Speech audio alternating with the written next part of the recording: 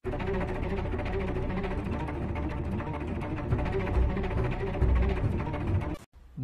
kayo sa akin. Bantay kayo sa akin. Bantay kayo sa akin. Basta pagka magloko-loko, ayaw ko nang makita pa nakatindig isa. Wala akong gustong nakakita nakatindig sa inyo. Yan talaga ang totoo. Prangka nationwide yan.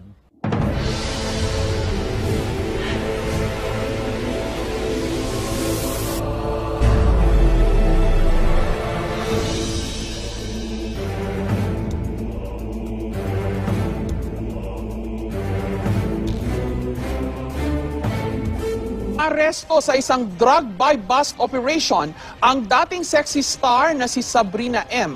Nasa mga pulis na rin daw ang listahan ng mga parokyano nito, kabilang ang ilang taga-showbiz. Ayon kay PNP Chief Ronald Bato de la Rosa, sunod na raw na tatargetin ng Oplan Tokhang ang 50 celebrities di mano na nasa listahan ni Pangulong Duterte.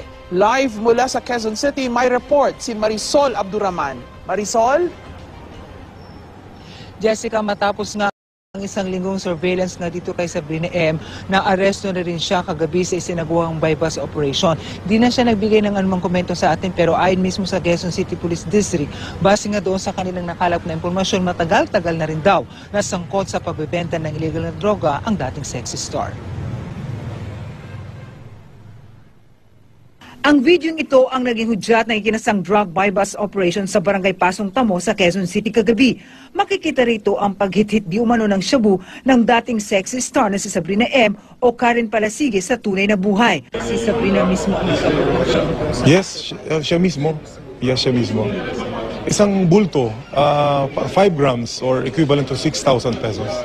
Nakuhanan si Sabrina M ng isang plastic ng shabu, bukod pa sa isa pang bulto na naibenta raw niya sa buy-bust. Arestado ang dating aktres, pati na rin ang dalawa niyang kasamahang sina Erwin San Martin at Edwin Coloma. Itinanggi ng dalawa na nagbebenta at gumagamit sila ng iligal na droga, habang tumanggi namang magbigay ng pahayag si Sabrina M. Ano po masasabi ninyo sa relasyon sa'yo? No comment po. Pero handa raw siyang makipagtulungan sa mga pulis. Matagal-tagal na rin daw na nagbebenta ng iligal na droga ang dating sexy star na sa paniwala ng QCPD ay kabilang sa mas malaking grupo na sangkot sa iligal na droga. Ibinigay umano ni Sabrina M sa mga pulis ang listahan ng mga binebentahan daw niya ng iligal na droga. Kasama raw dito ang ilang showbiz personalities, pero tumanggi ang QCPD na pangalanan ang mga ito dahil sila ang magiging target sa mga susunod na operasyon. Sabi ni PNP Chief Ronald de la Rosa, oras na ibibigay ng Pangulo sa kanya ang listahan ng may 50 umanong celebrities na sangkot sa droga, kabilang sila sa mga uunahin niyang aksyonan. Gusto ko itokhang natin sila. Itutukhang natin, puntahan natin, sama kayo. Katukin natin sa kanya-kanyang bahay, kanya-kanyang TV station. Surrender na kayo, kasi identified kayo na user, gano'n. Itukhang natin. Tinukhangan natin yung mga high-end subdivisions dyan. Sila pa na public figure sila, they should be open to the public. Pakiusap naman ng Actors Guild of the Philippines sa PNP, idaan sa tamang proseso ang paghuli sa mga celebrity na mapapatunayang lulong sa droga.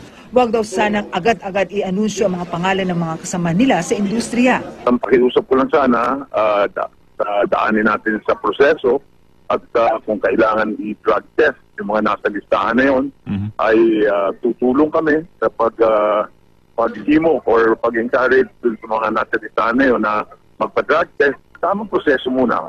Kung kailangan mag-surrender, we're willing to do that. At kung sakali naman lumabas na negative ang drug test ng isang nasa listahan na artista, ay sana naman i-announce din na negative yung isang artista na yun. Payo naman ng Quezon City Mayor Herbert Bautista sa mga kapwa niya artista. Ang droga, walang pupuntahang matinuyan. Kaya hanggat maaga, kung mahal mo ang iyong career, whether nasa entertainment o kahit na anong field ka sa darating na panahon, huwag mo nang pasukin yung droga dahil wala kang pupuntahan dyan. Samantala, kagagaling lang ni De La Rosa sa Colombia sa South America, kung saan isa rin sa mga pangunahing problema ang iligal na droga. Pinag-aaralan daw niya kung anong pwedeng kopyahin sa pagsugpo nila sa drugs. Naiinggit daw siya dahil maluwag ang batas doon para ma-wiretap ang suspected drug lords. Kaya hihilingin daw niya kay Pangulong Duterte na ideklarang priority bill ang mas maluwag na paniniktik o pag-wiretap sa mga investigasyong may kinalaman sa droga. Ang maganda sa kanila, hindi na kailangan sa court sila request ng authority. Sa piskalya pa lang, sa prosecution. Sabihin lang doon sa prosecution, sir, suspected ito na drug trafficker. Diyan kaagad. Kaya sila naging effective. Tapos, yung kanilang batas, number 2, yung kanilang batas sa forfeiture of fruit properties considered to be fruits of the crime. Jessica, nakadetain pa rin ngayon sa Quezon City Police District si Sabrina M. Gayon din ang dalawa niyang kasamahan. Sasampan siya ng kasong paglabag sa Comprehensive Dangerous Drugs Act. Ito yung illegal possession at saka pushing or selling na alam naman natin na walang piyansa. Jessica. Okay, Marisol, clarification lang. Sabi 6,000 pesos worth yung isang bulto na nakuha kay Sabrina M. Ano yun, Marisol? Para sa kanya lang yun o yun yung kasama na yung di umano ibinenta ba o ibinibenta niya? Yung 6 grams na yan, yung 5 grams na yan worth 6,000 or isang bulto ang tawag ng mga pulis, ito yung na-buy-bust sa kanya. Ito yung talagang inaabot daw niya according to QCPD doon sa pulis na nagpanggap na buyer. Bukod pa doon, nung naging, nung naisagawa na, no, Jessica, yung buy bust, nung inaresto na siya, nung kinakapan pa siya sa kanyang packet, nakuha pa yung isang sachet pa ulit ng shabu. So, bukod doon sa naibenta na worth 6,000 ay nakuhanan pa siya ng shabu na ang paniniwala nila, yun nga ito yung kinukuha niya galing sa ibang source na binenta niya doon sa nagkunwaring buyer, Jessica. So, ang allegation ng pulis, hindi lang siya user kundi pusher pa. Tama, Marisol? That's right, Jessica. Meron silang information na matagal-tagal na rin siya nasangkot dito. Sa katunayan, sa isinagawang tactical interrogation niya sa kanya, meron na rin siyang ikinanta ng mga pangalan na sa loob at labas ng showbiz na ayon sa kanya ay kumukuha daw sa kanya ng shabu.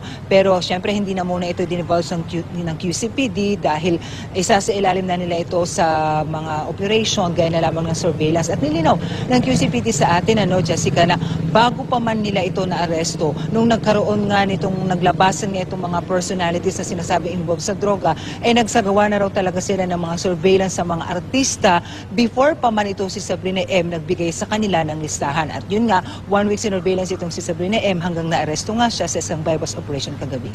Okay, itong video na ipinapakita natin, ano to, planted ng pulis yung camera, no? Kasi gagamitin siguro nila itong ebidensya na apparently, hindi naman klaro kung humihit-hit siya, pero meron siyang elongated na bagay na presumed to be yung panghit-hit ba ng shabu ito, Marisol. Itong videong ito, kuha mismo ng pulis ba ito?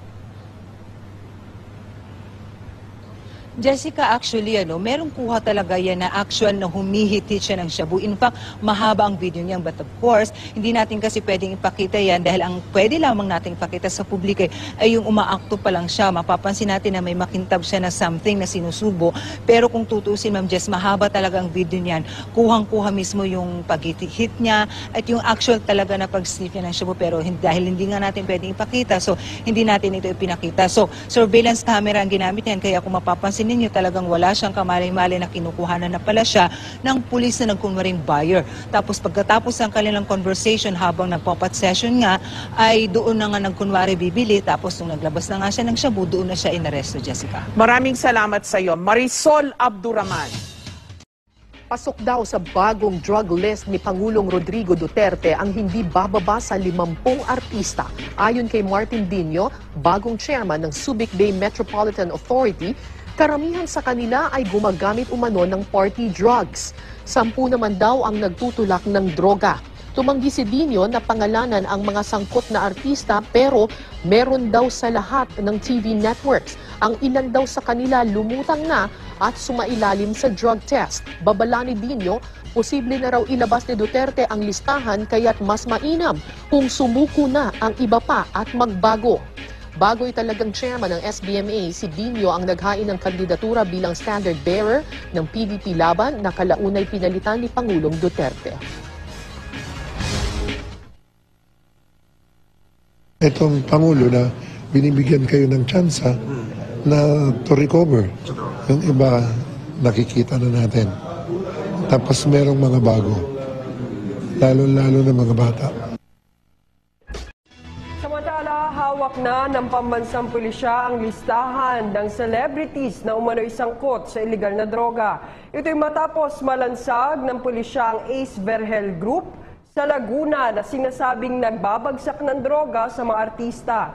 Ayon kay PNP spokesperson Senior Superintendent Jonardo Carlos, ang mga celebrity na umano'y drug personalities ay maaaring mga user o pusher. Gayunman, hindi muna isa sa publiko ng PNP ang naturang listahan at ipagpapatuloy ang pangangalap ng ebidensya para sa mas pinalakas na kampanya ng PNP laban sa iligal